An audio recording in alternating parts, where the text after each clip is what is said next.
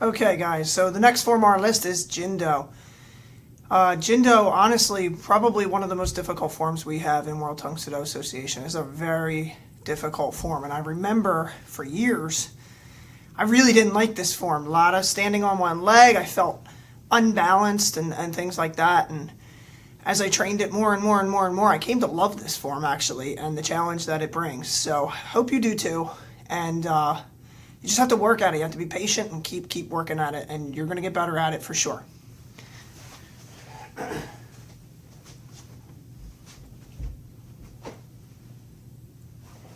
Aya!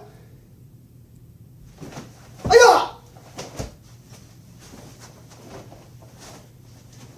Aya!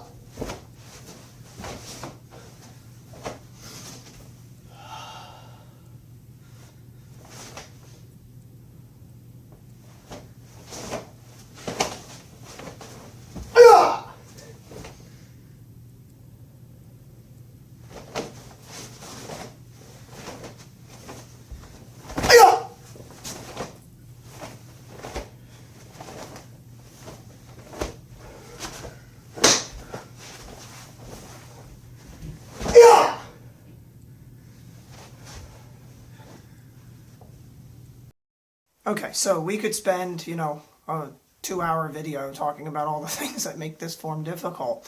I'm really going to focus in on two. I want to really have you think about two things.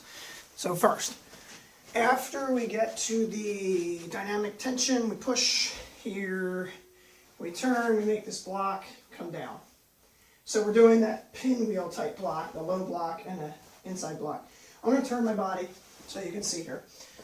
So we snap into this position, and then we do a sequence of these and drop down. I'll move over a little bit here. You want to make sure that you're traveling in a straight line. The thing you have to do is you have to practice doing the upper body movements hard. It's the only way you're going to learn to get good balance. I see a lot of people do this, and they're so worried about their balance that they kind of get weak with their arms. You have to practice it hard. So here we snap. One thing I do with my feet is I kind of track. So I go touch and go, touch and go, and then drop down. That way I know I'm moving in a straight line. So I'm here. I'm going to go 1, 2, 3. Make sure your back is nice and straight. So that's one thing to focus on. The other, we have a ton of these movements in the form where we're up on one leg doing this type of thing.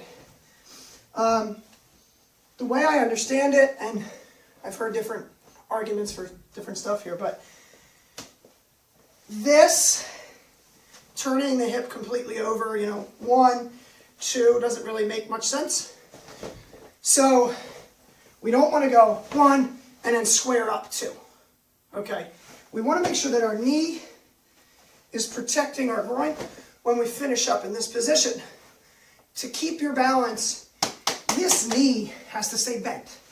If you're up on a straight leg, it's the easiest way to lose your balance. So keep your knee soft, snap that technique, 1, 2, and practice doing this hard and fast. From here, when you throw the kick, punch out hard. Don't just kind of stick that arm out there, but really drive it. Same thing on this side. Keep the knee bent when you go into that technique.